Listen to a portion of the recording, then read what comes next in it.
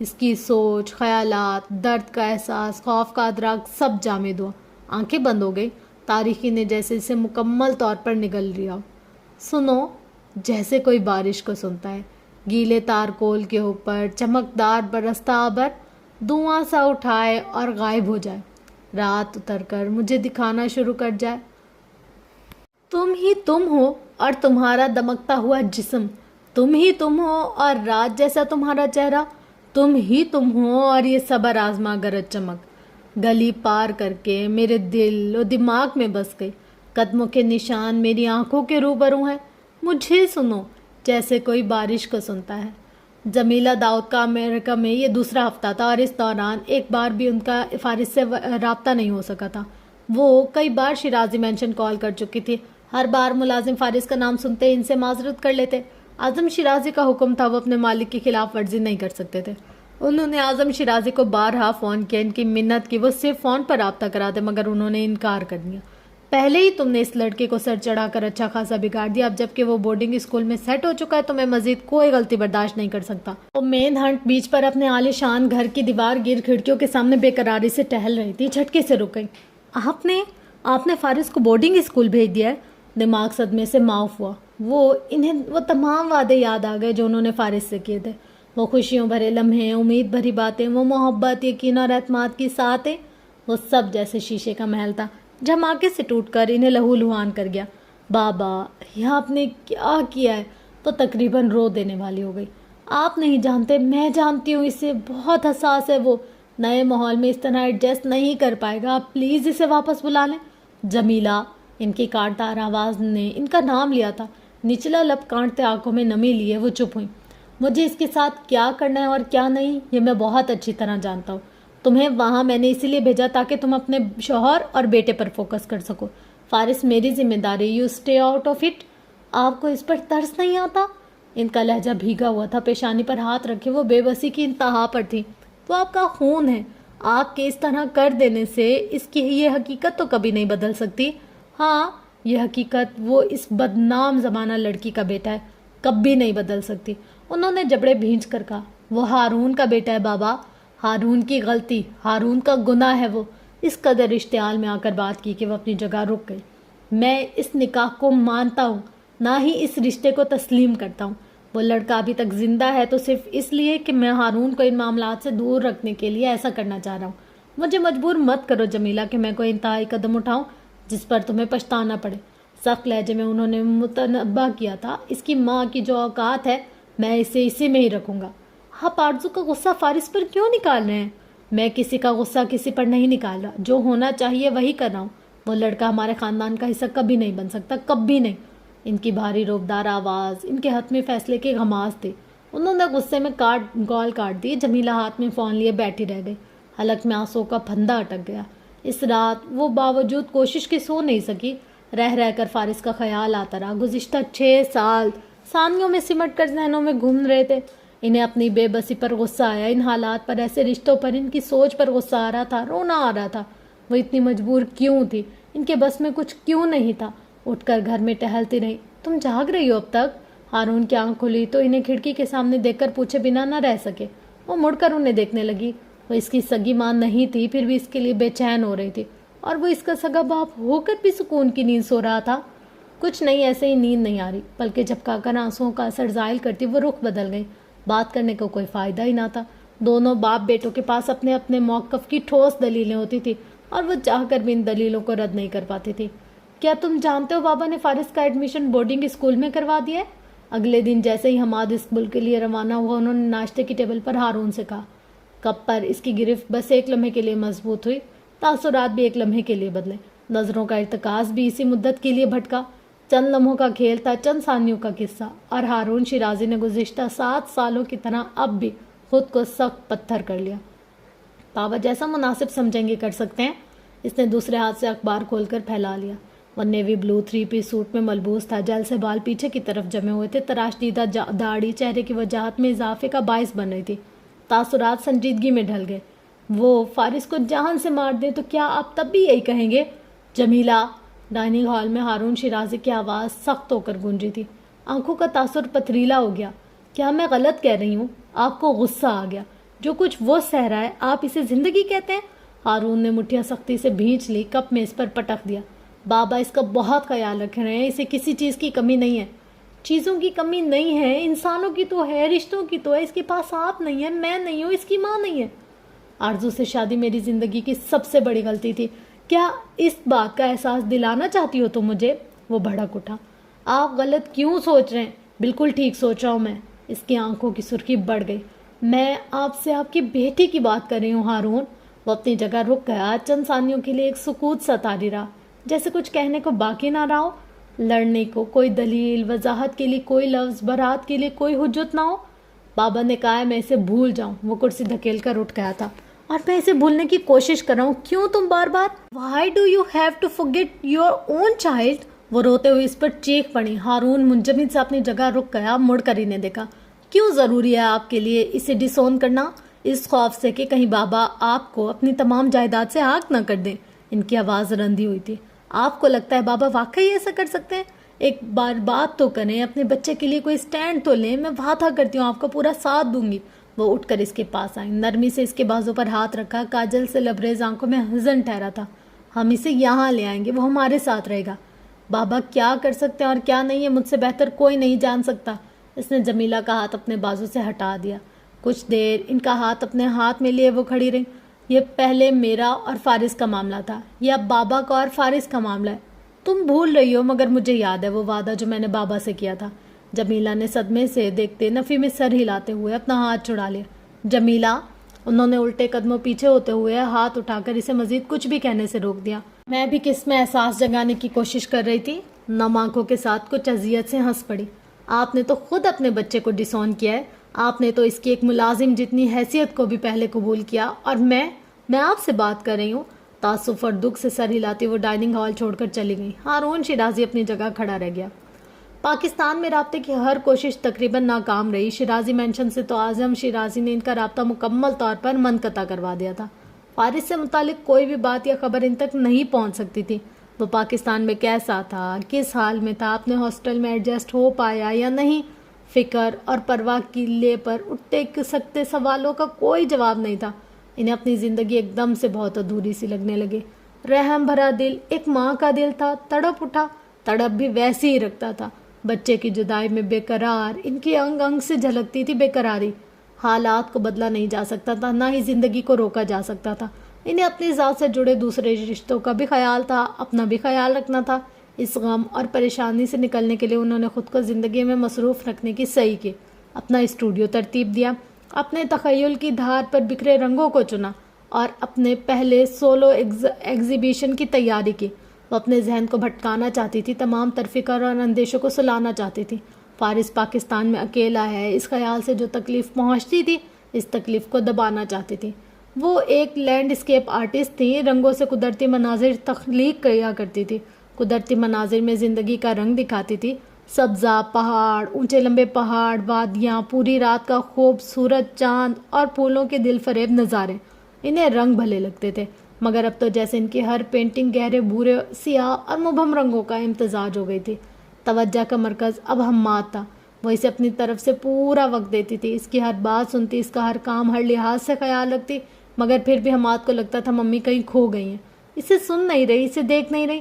Shopping کے لیے جاتی تو بے دھیانی میں کچھ نہ کچھ فارس کے لیے بھی دیکھنے لگ جاتی، مارکرز، ڈائریز، چھوٹے سائز کی آرائشی کاریں جو وہ اکثر اپنی رائٹنگ ٹیبل پر سجائے رکھتا تھا، کتابیں، رجسٹرز، ریموٹ کنٹرول کارز، انہیں جہاں بھی جو بھی چیز پسند آتی وہ اس کے لیے لے لیتی۔ گھر آ کر وہ کتنی ہی دیر تک ان چیزوں کو ہاتھ میں لیے بیٹھی رہتی، وہ بڑا ہو جائے گا اور یہ چیزیں اس کے لیے چھوٹی ہو جائیں گی، غیر اہم، غیر ضروری اور اس کی پسند کے دائرے سے باہر نکل جائیں گی۔ انہیں افسوس ہوتا، گزرتے وقت سے خوف آتا، کچھ بھی خریدتے وقت جو ایکسائٹمنٹ ہوتی تھی وہ گھر آ کر غم میں بدل جاتی، وہ چیزیں ان کے ہاتھ سے پھر آغوش میں ہوتی، سینے سے لگ جاتی، جیسے وہ فارس کو خود میں سمیٹا کرتی تھی۔ اس کی مسکراہٹ یاد آتی، اس کی آنکھوں کا رنگ یاد آتا، اس کے چھوٹے چھوٹے ہاتھوں کا اپنی ہتھیلی پر ٹھہرنا یاد آتا۔ وہ وقت، لمحے اور خوبصورت یادیں ماضی ہو کر انہیں زیادہ تکلیف پہنچانے لگتی۔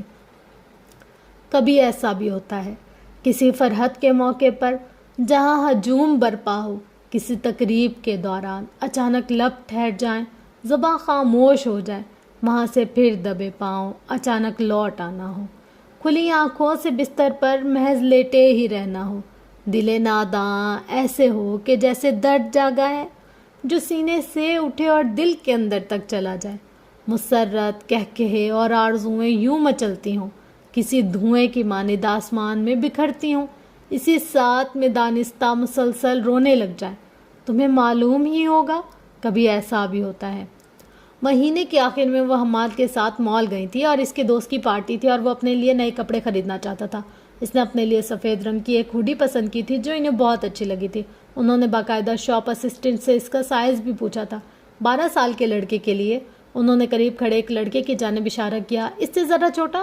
شاپ اسسٹنٹ کسی اور رنگ کی وہی شرٹ ان کے لیے خاص طور پر مطلوبہ سائز میں نکال لایا اور اس تمام عرصے میں خاموشی سے اپنی بے خبر ماں کو دیکھتے ہوئے 15 سالہ حماد نے وہ ہوڈی کاؤنٹر پر پٹخ دی۔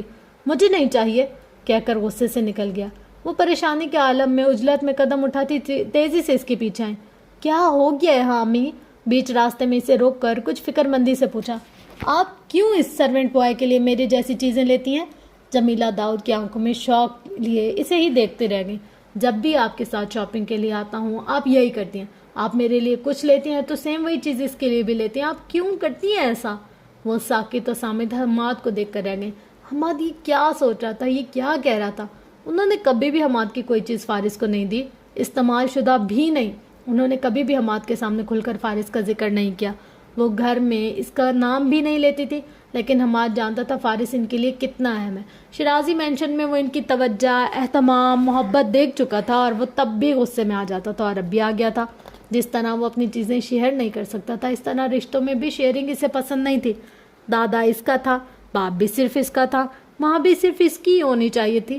اسے اندازہ ہی نہ ہوا کب کس طرح وہ بے ضرر سا بچہ حماد کے حواسوں پر سوار ہو گیا۔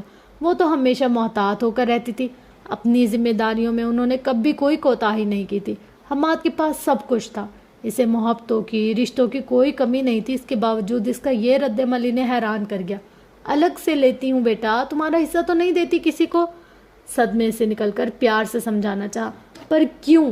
آپ میری ماما ہیں، آپ اس لڑکی کے لیے آپ اس طرح کیوں کرتی ہیں؟ مجھے اس طرح کچھ بھی شیئر کرنا اچھا نہیں لگتا۔ اوکے فائن، میں نہیں خریدتی، واپس چلو اور اپنی ہوڈی اٹھاؤ۔ اسے کندھوں سے تھام کر مسکراتے ہوئے اس کا موڈ بحال کرنا چاہا۔ بگڑے تیوروں کے ساتھ اس نے ہوڈی تو خرید لی مگر واپسی پر بھی اپنا موڈ خراب ہی رکھا۔ جمیلہ داؤد کے لیے اس کا رد عمل سمجھ سے باہر تھا، وہ اس کے رویے اور اشتعال کو سوچ سوچ کر پریشان ہوتی رہتی تھی۔ انہوں نے ہارون شیرازی سے ذکر کرنا چھوڑ دیا تھا مگر اعظم شیرازی سے وہ اب بھی فارس کے معاملے میں الجھ پڑتی تھی۔ کسی خوف یا دباؤ میں آئے بغیر وہ اب بھی انہیں احساس دلاتی رہتی تھی۔ اس دن بھی انہوں نے یہی کیا۔ وہ اسٹڈی روم میں تھے جب وہ اندر داخل ہوتے ہی شروع ہو گئی۔ وہ ایک بار پھر فارس کو اپنے اور ان کے درمیان لے آئی تھی۔ تمہیں اندازہ بھی ہے تم کس کے لیے اسٹینڈ لینے کی کوشش کر رہی ہو؟ پتھر دل موم نہیں ہوتا مگر وہ ان پر حیران ہوتے تھے، صحیح حیران ہوتے تھے۔ بھلا جو سوتیلی ہو وہ سگو جیسا برتاؤ کیسے کر سکتی ہے؟ میں تمہیں بہت صحیح سمجھتا تھا مگر غلط تھا۔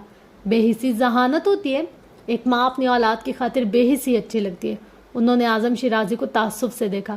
جس بچے کی تمہیں اتنی فکر ہو رہی ہے، ذرا سوچا ہے کل وہ حماد کے لیے تمہارے لیے کتنے پرابلمز کھڑی کر سکتا ہے؟ اور یہ جو ظلم ہم سب اس پر کر رہے ہیں، آپ کا کیا خیال ہے؟ یہ ظلم ہماری زندگی میں آسانی لائے گا؟ اعظم شیرازی نے لب بھینچ کر اپنی بہو کو دیکھا۔ تمہیں سمجھانا ناممکن ہے، انہوں نے تسلیم کیا۔ آپ اس پر بہت ظلم کر رہے ہیں۔ اعظم شیرازی نے رخ موڑ کر انہیں دیکھا، کتاب رکھ کر ان کے پاس آ گئے۔ تمہیں لگتا ہے میں اس پر ظلم کر رہا ہوں؟ سوالیہ آبرو اٹھا کر کچھ سنجیدگی مگر تحیر سے بولے۔ وہ خاموش رہیں۔ میں اسے اڈاپشن کسی کو گود دینے کے لیے دے سکتا تھا، کسی بھی ملک میں بھیج سکتا تھا، کسی ایسی جگہ جو پاکستان سے بہت دور ہو۔ ان کی آنکھوں سے نفرت کی چنگاریاں پھوٹ رہی تھیں اور لہجہ برفیلا ہو رہا تھا۔ یا پھر میں اسے کسی حادثے کا شکار کر دیتا، اتنی پلاننگ کے ساتھ کسی کو شک بھی نہ ہوتا کہ کیا ہوا ہے۔ ایک 5-6 سال کا بچہ سوئمنگ پول میں ڈوب کر مر گیا، اسے سوئمنگ نہیں آتی تھی اس لیے۔ انہوں نے بے رحمی سے اپنا جملہ مکمل کیا، رک کر اپنے ہاتھ اٹھائے، ذرا سا مسکرائے بھی۔ جمیلہ کا حلق خشک تھا، آنکھیں تر ہو گئیں۔ وہ دوپٹے کو سختی سے بھینچتے ہوئے ان کی آنکھوں میں کچھ بے یقینی سے دیکھ رہی تھی۔ اعظم شیرازی اتنی سختی اور بردت کے ساتھ اپنے پوتے کی بات کر رہے تھے، وہ پوتا جس کی ماں خاندانی نہیں تھی، وہ نکاح جس میں وہ شامل نہیں تھے، وہ رشتہ جو ان کے درمیان کا نہیں تھا۔ لیکن میں نے ایسا کچھ نہیں کیا۔ یو اسٹل تھنک کہ میں اعظم شیرازی اس پر ظلم کر رہا ہوں. وہ جھوٹ نہیں کہہ رہے تھے, وہ ایسے ہی تھے, ہر بات واضح کر دیتے. کچھ کہتے تو ایسا کر بھی سکتے تھے. ان کا ایک ایک لفظ ان کے سخت ارادوں کی طرح ان کی شخصیت کے ہر پہلو پر عیاں کرتا تھا. حماد کے علاوہ تم کسی اور کے لیے فکر کرتی تو مجھے اچھا نہیں لگتا. انہوں نے بہت نرمی اور پیار سے ان کے بازو پر ہاتھ رکھا. ہماری فیملی مکمل ہے جمیلہ, تم اسے ادھورا کرنے پر کیوں تلی ہو؟ وہ آنکھوں میں نمی لیے سر جھکائے رہی. بازو تھپ تھپا کر وہ عام چیئر پر براجمان ہو گئے. ابھی تو آپ اسے ایک تھریٹ کے طور پر دیکھ رہے ہیں بابا, لیکن آنکھوں میں نمی لیے وہ دانستہ رک گئی. انہوں نے یوں ہی سر اٹھا کر انہیں دیکھا. لیکن جب کبھی آپ کا دل اس کے لیے نرم پڑا تو آپ پر آپ کے رویے اور ان کے فیصلوں کا پچھتاوا کتنا بھاری پڑ جائے گا. وہ فائل کھولتے ہوئے مسکرا دی. میں اپنے فیصلوں پر کبھی نہیں پچھتایا. اچھی طرح سے جانتا ہوں کہ میں کیا کر رہا ہوں اور کس کے لیے کر رہا ہوں. تمہیں فکر کرنے کی ضرورت نہیں ہے. وہ چند لمحوں تک انہیں دیکھتی رہی, پھر بوجھل دل کے ساتھ جانے کے لیے مڑ گئیں. ہاں, وہ کیوں پچھتائیں گے؟ جب اسے اپنا خون تسلیم ہی نہیں کیا تو یہ احساسات کیوں کر پیدا ہو سکتے ہیں؟ رحم کیسے جاگ سکتا ہے؟ محبت کیسے ہی ہو سکتی ہے؟ کیا میں چاہوں گا اس گھٹیا عورت کی نشانی میرے بیٹے کی زندگی میں موجود رہے؟ فارس کی پہچان ان کے نزدیک صرف اور صرف اس کی ماں کی تھی. وہ آرزو جہانگیر کا خون, آرزو جہانگیر کا بیٹا تھا. اس دن کے بعد سے انہوں نے دوبارہ کبھی اعظم شیرازی سے فارس سے متعلق کوئی بات نہیں کی تھی. اعظم شیرازی امریکہ آتے تو 2-3 ماہ گزار کر ہی جاتے. فیملی گیدرنگز, آؤٹنگز, کچھ آفیشلز کے ساتھ ڈنر, کچھ تقاریب میں شرکت کرتے, میٹنگز اٹینڈ کرتے اور چلے جاتے. حماد شیرازی میں ان کی جان اٹکی تھی. وہ خاص طور پر اس کے لیے آتے. شیرازی انٹرپرائزز کا ہیڈ کوارٹر پاکستان میں تھا تو وہ زیادہ تر پاکستان میں ہی رہنا پسند کرتے تھے.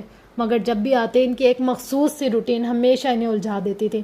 وہ ویکینڈ پر خصوصاً پاکستان کال کرتے, ہر ایک رپورٹ لیتے, مختصر اور جامع بریفنگ, مگر آغا علی سے ہمیشہ ان کی تفصیلی بات ہوتی تھی. وہ فون کان سے لگائے خاموشی سے سنتے جاتے اور آخر میں چند ایک حکم ہوتے اور کچھ ضروری باتیں. وہ اچھی طرح سے جانتی تھی فارس کی تمام تر ذمہ داریاں انہوں نے آغا علی کو سونپی تھی اور یہ طویل کالز بھی اسی سلسلے کی ایک کڑی تھی. انہیں ہرگز علم نہیں تھا کہ وہ فارس کے معاملات اس طرح سے دیکھتے ہیں, اس پر ایسے اور اس طرح نظر رکھتے ہیں. کیا ایک 13 سال کے لڑکے سے انہیں واقعی میں کوئی خطرہ پیش آ سکتا ہے؟ وہ سوچتی اور حیران ہوتی. یہ ان کا رویہ ہی تو تھا جو فارس کو شیرازی خاندان سے متنفر کر رہا تھا. نفرت کی جڑ ان کی وجہ سے مضبوط ہو رہی تھی. انات کی یہ دیوار انہی کی وجہ سے ہی قائم ہو رہی تھی اور انہیں یہ لگتا تھا کہ خطرہ فارس کی طرف سے ہوگا. پہل تو وہ خود کر رہے تھے. وہ اس معصوم دل میں عداوت کو خود اپنے رویے اور فیصلوں سے پروان چڑھا رہے تھے. انہیں یہ بات سمجھ میں کیوں نہیں آتی تھی؟ وہ کسی کو نفرت دیں تو بدلے میں وہ آپ کو محبت نہیں دے گا بابا. انہوں نے بغیر کوئی حوالہ دیے یوں ہی کہہ دیا. وہ مین ہٹ بیچ پر ٹہل رہی تھی جب حماد ان سے قدرے دور ہونے پر جمیلہ داؤد نے کہا. انہوں نے گردن موڑ کر اپنی بہو کو دیکھا. تمہیں کیوں لگتا ہے مجھے اس 3rd کلاس عورت کے بیٹے سے کوئی محبت چاہیے؟ ان کا لہجہ ایک دم سے استہزائیہ ہوا. آپ بہت غلط کر رہے ہیں. نہ چاہتے ہوئے بھی وہ کہہ گئیں, سر جھکا کر نظریں گرا دیں. یہ تو وقت ثابت کرے گا میں کتنا صحیح اور کتنا غلط ہوں. جیبوں میں ہاتھ ڈالے وہ دھوپ میں بالکل سامنے دیکھنے لگے. ایک دم تم بھی تسلیم کر لو کہ میرا فیصلہ درست ہے. آہستگی سے قدم اٹھاتے آگے بڑھ گئے اور جمیلہ داؤد ہمیشہ کی طرح اپنے ہی خیال, اپنے ہی دائرے میں, اپنی ہی فکروں میں سمٹی کھڑی رہ گئی. اوئے ہوئے, یہ تھی آج کی ایپیسوڈ. اب آپ لوگ بتائیں کہ آپ کو یہ ایپیسوڈ کیسی لگی؟ مزہ آیا, نہیں آیا, کتنا آیا, کتنا نہیں آیا, یہ سب کچھ مجھے بتائیں گے آپ لوگ. ایک ماں کا غیر خاندان ہونا کتنا تکلیف دہ اولاد کے لیے. پھر دیکھیں کہ یہ ٹراما صرف ایک جگہ پر نہیں رک گیا. یہ ٹراما, یہ درد, یہ اذیت, یہ تکلیف آگے بھی ٹرانسفر ہو رہی ہے. مجھے لگ رہا تھا کہ یہ جو بچہ ہے نا, یہ فارس شیرازی کا بیٹا ہے. آئی تھنک سو, کیونکہ اس کی بھی تو پہلے شادی ہوئی ہے اور بہت ہی کوئی سسپینس ڈال دیا یار. میرے تو بس نہیں چلا تھا جب یہ گئی نا جنت کمال ان کے گھر میں, اس جگہ کو جلدی سے بتا, مطلب ایکسپلینیشن پڑھ لیں کیا ہوا تھا, کیسے ہوا تھا, کیوں گئی تھی, پھر انہوں نے کیا جواب دیا, کیوں واپس آ گئی وہاں سے. یہ سارے کوسچنس, پر اس کا آنسر آج کے ایپیسوڈ میں نہیں ملا. مجھے لگتا ہے نیکسٹ ایپیسوڈ میں ملے گا یا اس سے نیکسٹ ایپیسوڈ میں, ڈیڈنٹ نو. بٹ یہ ہے کہ ایٹ دا اینڈ ہی پتہ چلے گا کہ کیا سین تھا, کیا سچویشن تھی. اور یار ہاں یہ ہے کہ اکثر لوگ کہتے ہیں عورتوں کا ہارٹ اٹیک نہیں ہوتا. پتہ نہیں عورتیں کیا انسان نہیں ہیں, مطلب اتنی ٹینشنیں دیکھ دیکھ کے بوڑھا وجود. مجھے مسز شیرازی کے لیے بہت برا لگ رہا ہے. مطلب ان کے ساتھ یہ نہیں ہونا چاہیے تھا. لیکن مجھے لگتا ہے کہ ہر جو برائی ہوتی ہے نا یا کوئی برا وقت جو آتا ہے وہ ہماری اچھائی کے لیے آتا ہے. مطلب ہر برائی میں، ہر برے وقت، برے کام، بری چیز میں بھی نا انسان کے لیے کچھ نہ کچھ اچھا، کچھ نہ کچھ اچھائی چھپی ہوتی ہے جو کہ ہمیں وقتی طور پہ پتہ نہیں چلتی بٹ بعد میں پتہ چلتی ہے. تو اگر مسز شیرازی کو ہارٹ اٹیک ہوا یا وہ جتنی بھی بیمار ہوئی یا کچھ بھی، اس کے بدلے میں انہیں ان کا پوتا مل رہا ہے تو اور کیا ہی چاہیے ذرا بتائیں آپ لوگ. بہت خوشی ہو رہی ہے کہ ایک بچے نے نا کمپرومائز کر لیا. بھائی آگے کی کیا اسٹوری ہے ہمیں نہیں پتہ، لیکن وقتی طور پر اپنی ماں کے لیے اس نے سرنڈر کر دیا. جو ان کی خواہش تھی کہ ان کا پوتا ان کے پاس رہے تو وہ لا رہا ہے اپنے بھتیجا یا بیٹا ہے جو بھی ہے. پر مجھے ایسا لگتا ہے کہ یہ نا فارس کا بیٹا ہے. یہ جو بچہ ہے نا ریان، یہ فارس کا بیٹا ہے. حماد کی نفرت ایک الگ جگہ اور یہ قتل، یہ ڈرامے، یہ سب کچھ ایک الگ جگہ، لیکن بہت سسپینس میں کر دیا ناول. جیسے ایک پوری اسٹوری آ رہی تھی نا تو اب جا کر یہ سسپینس میں ہو گیا. اب پتہ نہیں کیا ہوتا ہے آگے. جیسے آپ لوگ دیکھیں گے، جیسے میں دیکھوں گی. تو انشاءاللہ ملتے ہیں نیکسٹ ایپیسوڈ میں. تب تک کے لیے اپنا گرد و نواح عیال کا بہت زیادہ خیال رکھیے گا اور مجھے اپنی دعا میں بہت زیادہ یاد رکھیے گا. Love you all. اللہ حافظ.